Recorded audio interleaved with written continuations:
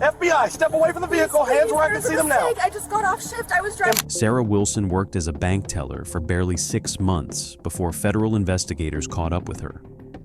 By the time this footage ends, she will have pleaded guilty to stealing $150,000 from 2 elderly customers she knew by name.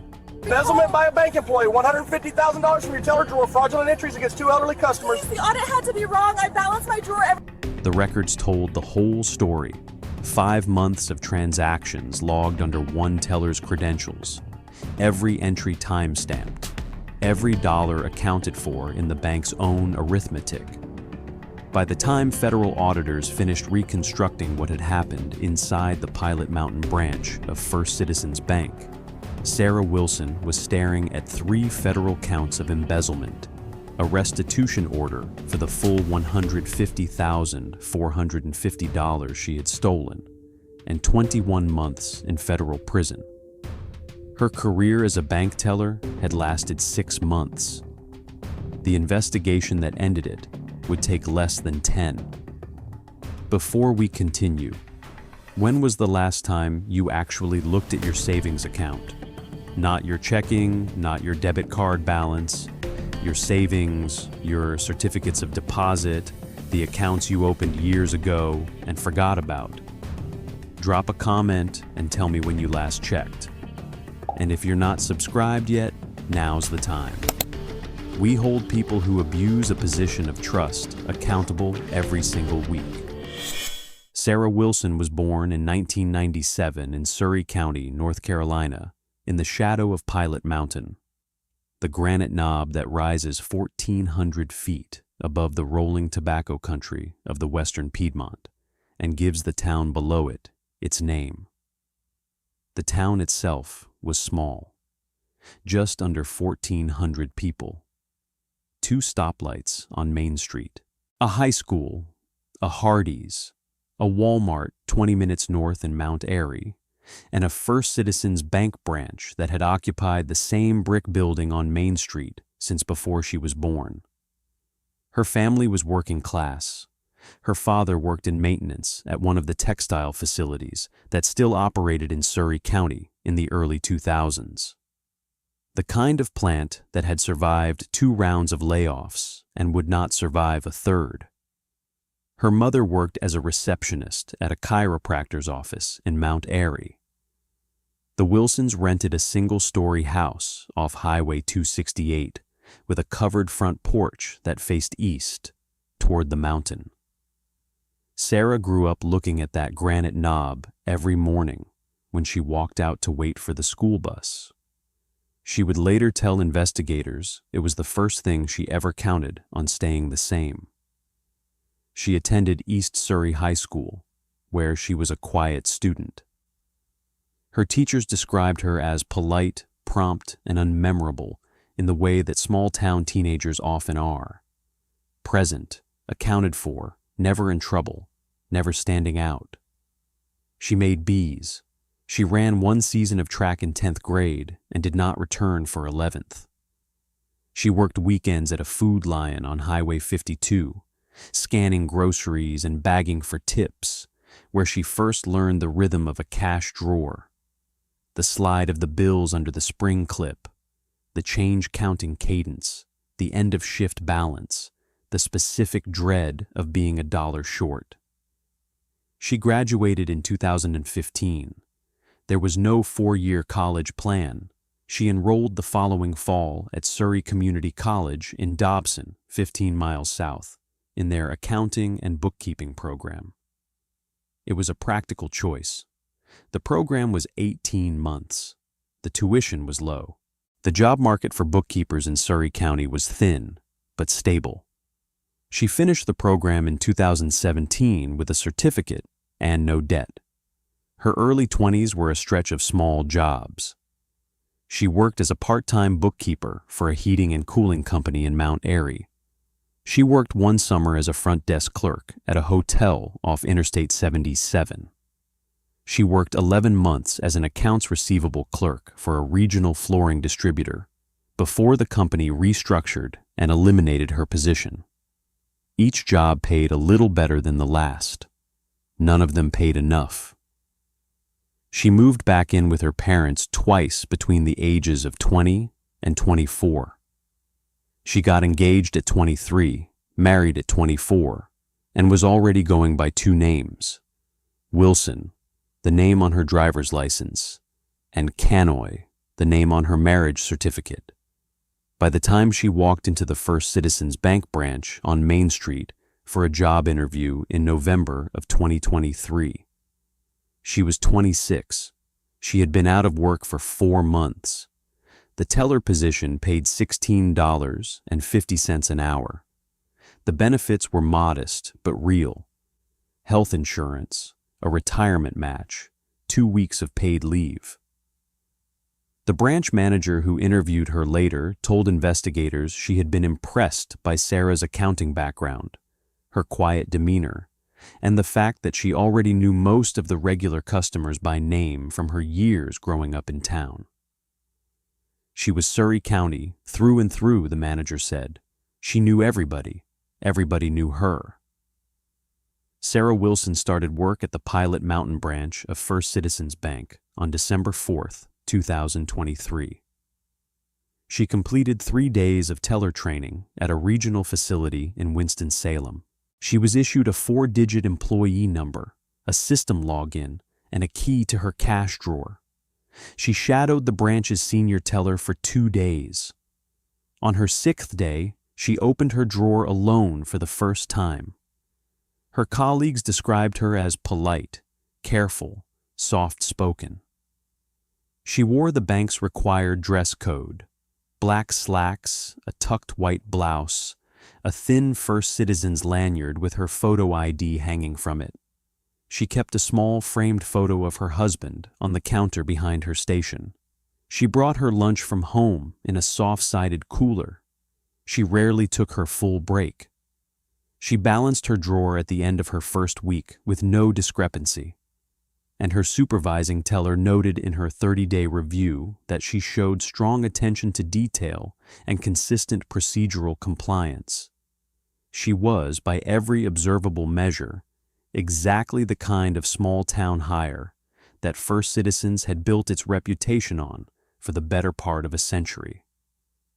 The first fraudulent transaction was logged 23 days after she started. The Pilot Mountain branch of First Citizens Bank was, in banking terms, small.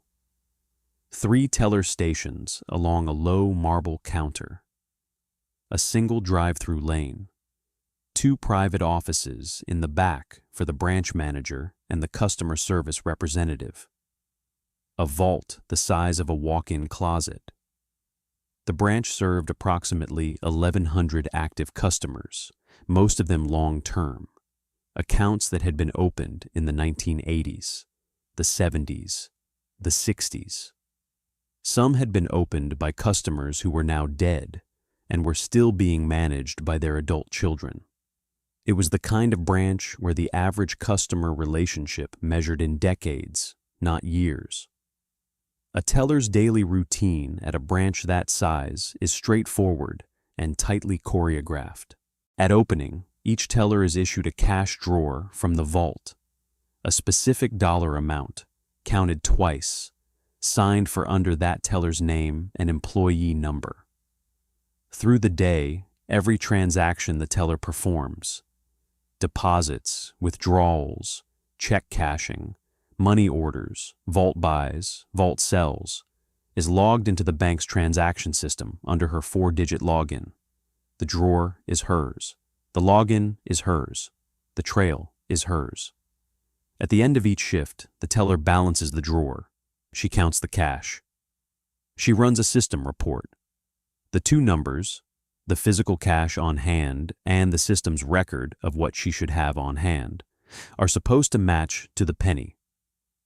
If they do not match, she has a small allowance to correct minor errors.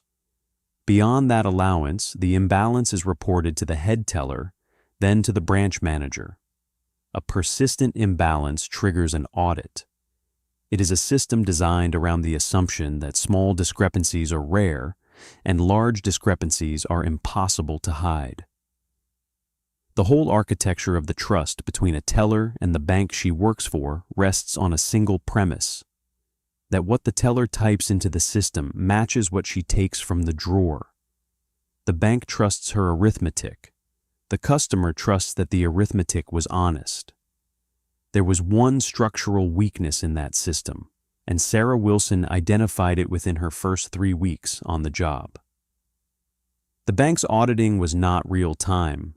End-of-shift balances were checked daily by the head teller, but full audits of vault buy and vault sell entries, the bookkeeping that moved cash between the vault and individual drawers, were performed monthly, then quarterly, then annually, with the deepest review happening only once a year.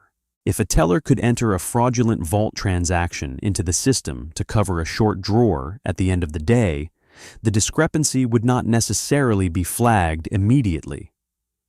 It would sit in the books, quietly, until the next reconciliation pass. The other weakness was human. In a town of 1,400 people, the teller and the customer were often neighbors. Some customers checked their accounts online every morning. Many did not. The branch had a sizable population of elderly customers, retirees, widows, widowers, who had banked at First Citizens for 40 or 50 years and trusted the bank entirely. They received paper statements in the mail. They read those statements with a magnifying glass at the kitchen table, if they read them at all. They asked questions of the teller they liked, the one they knew, the one whose mother they had seen at the post office, or whose father had fixed their washing machine years before. They trusted the person on the other side of the marble counter. And the person on the other side of the marble counter could see, in the bank system, exactly how much money they had, exactly how often they checked it, and exactly which accounts they were least likely to notice. The first theft was small. On December the 27th, 2023, 3 days after Christmas, 23 days after she had opened her drawer alone for the first time, Sarah Wilson removed an amount from her cash drawer that the federal indictment would later not specify in dollar terms, but which prosecutors described as modest, consistent with a test of the system. At the end of that shift, her drawer balanced. The system showed her drawer balanced. The cash was gone, and the book said otherwise. She had concealed it with a single fraudulent vault sell entry. In the system, she had recorded that she had sold cash from her drawer back to the branch vault, a routine end-of-day transaction performed by tellers whose drawers were holding more than their assigned float. The vault in the system now showed that it had received the cash. The vault, in reality, had not. But no one would count the vault until the next monthly reconciliation. By then, she planned to be ahead of it. Over the next 4 weeks, the thefts continued. They were small at first, then larger. Each one was covered the same way. A fraudulent vault sell entry, logged under Sarah Wilson's 4-digit credentials, time-stamped to the minute, slotting neatly into the day's transaction record. By the end of January 2024, prosecutors would later calculate she had stolen just under $9,000 from her drawer. But the vault sell cover story had a problem. Every fraudulent entry made the vault's books say there was more cash in the vault than there actually was. If the monthly vault count happened on schedule, the discrepancy would surface. She needed a second layer, a way to make the missing cash appear to have left the bank entirely, not just moved from her drawer to a vault that did not actually have it. She found that second layer in the accounts of customers she knew. The first victim was a man in his late 80s. He had banked at First Citizens since before the branch had a computer. He had a savings account opened in 1963 and a certificate of deposit that he had rolled over every 5 years since 1981. He came into the branch once or twice a month, usually with a small paper deposit, a Social Security check, a dividend from a brokerage account, a refund from the county. He liked Sarah. He had known her father. He called her young lady and Miss Wilson. He never asked to see his account balance. He took the deposit slip back with the new total written on it, folded it twice, and put it in his shirt pocket. Between late January and the end of March, Sarah Wilson logged a series of fraudulent withdrawal entries against the elderly customer's savings account and certificate of deposit. The withdrawals were not large individually. $1,500 here, $3,000 there, $5,000 at the high end. None of them generated a notification to the customer because he had never set up online banking and had no email address on file. The bank mailed him paper statements once a month. He did not always open them. When he did open them, the print was small and the columns were dense, and the math was, to him, exactly what he expected it to be. Because the young woman at the counter, who he liked, had told him it was. By the end of March, the man's combined savings and certificate of deposit had been depleted by $59,700.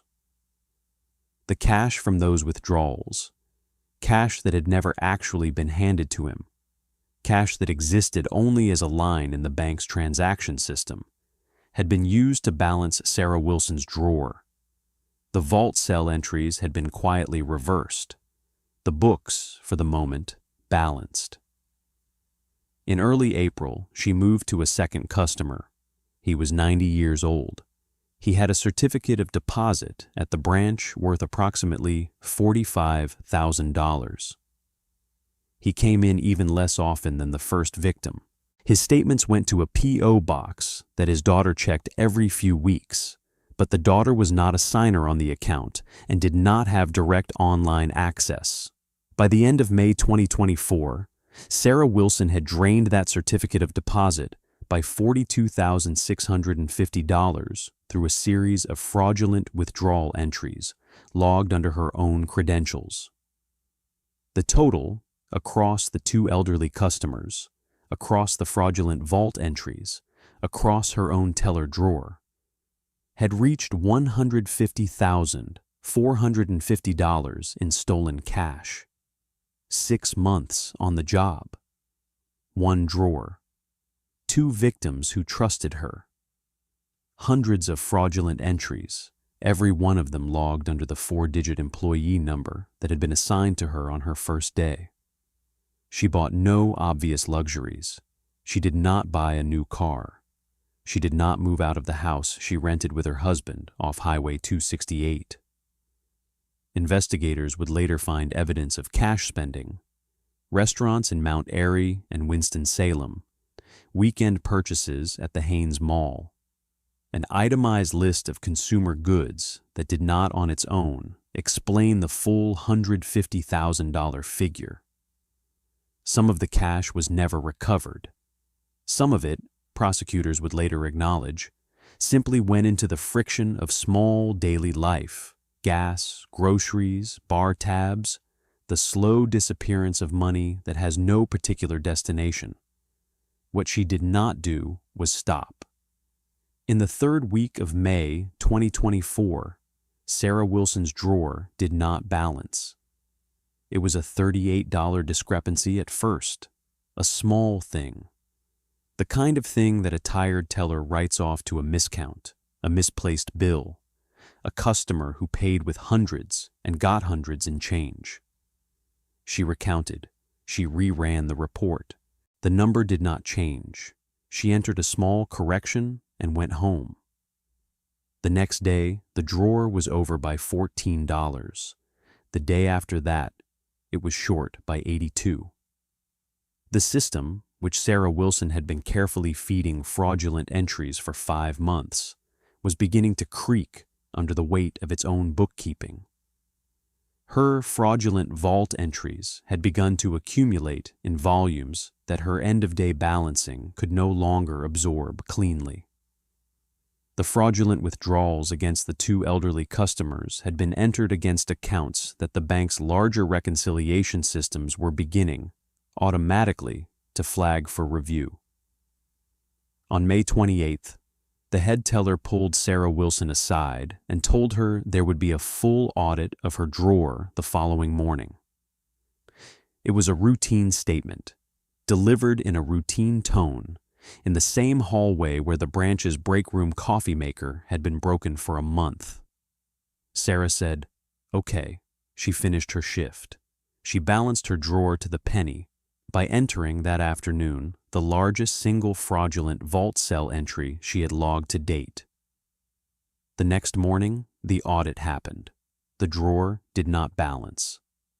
The system records did not match the physical cash. The head teller called the branch manager. The branch manager called the regional security office. By the end of that day, May 29th, 2024, Sarah Wilson had been placed on administrative leave pending investigation, and her 4-digit employee number had been deactivated. She drove home that afternoon and did not tell her husband. The catalyst was not a tip. It was not a complaint. It was not the 89-year-old customer realizing his savings were gone. It was not the 90-year-old customer's daughter opening the P.O. box. The catalyst was the bank's own arithmetic. The drawer would not balance. The books would not lie. The numbers she had been typing in to hide the theft were the same numbers 6 months later that proved she had committed it. There is a particular moment in cases like this where the person who has been operating in secret realizes that their secret has a physical shape, that it exists as data on a server somewhere, that it has been waiting all along to be read. Sarah Wilson did not know, on May 29th, exactly how much of her work was visible. She did know that the work was visible. She knew that the system she had been editing had not been editing itself. She drove home. She made dinner. She told her husband nothing. 3 weeks later, federal agents knocked on the door. The case was referred to the FDIC Office of Inspector General, the federal watchdog that investigates fraud inside FDIC-insured banks, in the first week of June 2024. Within 10 days, an FDIC OIG special agent had been assigned, working in coordination with the U.S. Attorney's Office for the Middle District of North Carolina. The lead prosecutor was Assistant United States Attorney Laura Jean Dildeen, an experienced financial crimes prosecutor based at the federal courthouse in Greensboro. The case was, in the most literal sense, a paper case. There was no surveillance footage to compile. There was no informant to debrief. There were no wiretaps, no controlled buys, no undercover agents. The entire evidentiary record had been generated voluntarily by Sarah Wilson herself. Investigators worked backward through the bank's transaction logs. Every entry was time-stamped. Every entry was logged under a 4-digit teller credential. Every entry tied to a workstation in the Pilot Mountain branch. They identified the first fraudulent vault cell entry, December 27th, 2023, logged at 4:11 in the afternoon, 6 minutes before close. They identified the last, May 28th, 2024, logged at 5:03 in the afternoon, 3 minutes after the audit announcement. In between, they cataloged more than 300 fraudulent entries. Some were vault cells, some were vault buys. Many were withdrawal entries against the two elderly customers' accounts. Each one was tagged with Sarah Wilson's employee number. Each one was tagged with the workstation identifier of the middle teller window at the Pilot Mountain branch. Each one corresponded to a specific shift she had worked. Investigators also interviewed both elderly customers. The 89-year-old man was interviewed at his home, by an FDIC OIG agent and a senior fraud examiner from First Citizens. He listened. He looked at the paperwork the agents had brought. He said slowly that he did not understand. He said he had never taken any of that money out. The agent explained that they knew he had not. The agent explained carefully what had been done to his account. The man told the agent about a conversation. He said that some weeks earlier, he could not give an exact date, he had come into the branch with a question. The most recent statement had a number on it that did not look right. He had not been sure. He had asked Sarah Wilson, the young woman behind the counter, whether his account was okay. She had told him the account looked fine. That single sentence, "the account looked fine," delivered face to face by a teller who had at that point already drained nearly $60,000 out of the very account she was being asked about, would later become the most cited moment in the prosecution's sentencing memorandum. The fraud was a matter of arithmetic. The lie was a matter of character. We're heading into the federal courthouse now. If you want to see exactly how this case landed in front of a judge, and what 21 months of federal time actually looks like for a 6-month spree against two 90-year-old neighbors, subscribe and stay with me. We break down every detail. Federal agents arrived at Sarah Wilson's home off Highway 268 in mid-June 2024 in the late afternoon, after she had returned from a part-time job she had taken bagging groceries at the Food Lion on Highway 52, the same store where she had worked in high school. She was wearing the Food Lion uniform when she opened the door. 2 agents identified themselves. They showed their credentials. They told her, plainly, that they were there to ask her about her work at the Pilot Mountain branch of First Citizens Bank between December of 2023 and May of 2024. They asked if she would speak with them. She said yes. They sat down at her kitchen table. Her husband was not home. The conversation was recorded. "Miss Wilson," the lead agent began, "do you know why we're here?" There was a long pause. "I think I do," she said. The agent slid a printout across the table. It was a single page. It contained a list of 15 of the largest fraudulent withdrawal entries from the 89-year-old customer's account. Each one was tagged with her 4-digit employee number. Each one was tagged with the date and time. Each one was tagged with the workstation at the middle teller window. "Can you tell us about these transactions?" the agent asked. She looked at the page. She did not pick it up. "I don't know what to say," she said. "Did you enter these transactions? I want to talk to a lawyer." That was the end of the interview. The agents thanked her, collected their materials, and left. She closed the door behind them. She walked to the kitchen counter, sat down on a stool, and waited. Her husband came home an hour and a half later. She told him, that night, what she had done. The federal investigation continued through the rest of 2024 and into 2025. The FDIC OIG and the U.S. Attorney's Office worked the transaction logs, interviewed bank employees, conducted financial analysis of Wilson's accounts, and assembled the case. A grand jury was convened in the spring of 2025. The indictment came down in early summer. The charges were 3 counts of embezzlement by a bank employee under Title 18, United States Code, Section 656, the federal statute that criminalizes theft by a person who works for an FDIC-insured institution. She pleaded guilty on August 4th, 2025.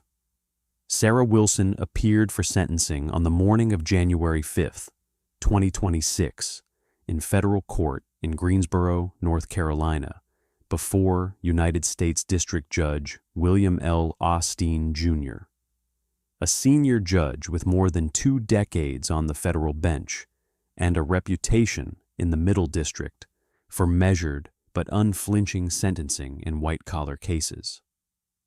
The courtroom was small. The 89-year-old customer did not attend. His written victim impact statement was read into the record by an assistant from the U.S. Attorney's Office. He wrote that he had been a customer of First Citizens Bank for 63 years. He wrote that he had trusted the branch the way he had trusted his own family. He wrote that the bank had made him whole, that the institution had refunded the stolen money with interest within weeks of the fraud being discovered. He wrote that he was grateful for that. He wrote that he did not, however, know what to do with the fact that the young woman who had stolen from him was a person whose father he had known, whose town he had lived in for 90 years, and who had looked him in the face and told him his account was fine. "I am 89 years old," the statement read. "I have been lied to before. I have not, until this past year, been lied to about the money I worked my whole life to save. I do not understand how a person does this. I do not need to understand. I only ask that the court understand." The 90-year-old customer's statement was shorter. It was 4 sentences. It ended. "She knew me. I trusted her. I would like the court to remember that." Assistant U.S. Attorney Laura Jean Dildeen, prosecuting on behalf of the United States, addressed the court for approximately 15 minutes. She walked the judge through the timeline: the December 2023 start date, the first fraudulent vault entry 23 days later, the systematic targeting of the 2 elderly customers, the lie at the teller window, the audit that finally exposed the scheme. She emphasized that this was not a case of opportunity. It was not a single weak moment. It was a pattern of conduct that had begun in the first month of employment and continued for 5 months without any evidence of remorse, any attempt to slow down, any moment of self-arrest. The fraud, she told the court, was not an aberration in Sarah Wilson's career. It was Sarah Wilson's career. The defense argued for leniency. Wilson's attorney pointed to her cooperation after the initial interview, her clean criminal history, her acceptance of responsibility through an early guilty plea, her status as a first-time offender, and the fact that the financial institution had been made whole. He asked the court to impose a sentence at the low end of the federal guideline range, with significant supervised release in lieu of additional incarceration. Sarah Wilson herself addressed the court briefly. She stood at the defense table in a dark dress and a thin cardigan. She said she was sorry. She said she did not have a good explanation for what she had done. She said she thought about the 2 customers every day. She said she would spend the rest of her life trying to be the kind of person who would never have done it in the first place. She sat down. Judge Osteen took 12 minutes. He addressed Wilson directly. He said that the court had read the victim impact statements, the presentence report, the sentencing memoranda from both parties, and the bank's internal investigation summary. He said the court had weighed her age, her clean record, her cooperation, and her plea. He said the court had also weighed something else. The position of a bank teller, he said, is a position of public trust. That is not a poetic statement. It is a statement of the operational reality of consumer banking in this country. The customer hands the teller money. The customer trusts that what the teller enters into the system matches what the teller takes. That trust is the entire foundation on which deposit banking operates. When a teller violates that trust, particularly when she does so, as you did, against elderly customers who knew her by name and trusted her precisely because of that familiarity, she does not merely steal from the bank. She steals from every customer who will, going forward, walk into a branch and wonder, even for a moment, whether the young person on the other side of the counter is telling them the truth about their own money. That harm is not measured in dollars. It does not appear on the restitution order. But it is real, and this court must account for it. He paused. He looked down at the bench. 21 months in the custody of the Bureau of Prisons, he said, followed by 3 years of supervised release. Restitution in the amount of $150,450, payable as directed by the probation office. Self-surrender within 60 days. Sarah Wilson was designated to a low-security federal facility for women. Her projected release date is in the late autumn of 2027. She will be 29 when she walks out. She will owe $150,450 in restitution. She will be ineligible for the rest of her life to work in any FDIC-insured banking position. The Pilot Mountain branch of First Citizens Bank remains open. The marble counter is still there.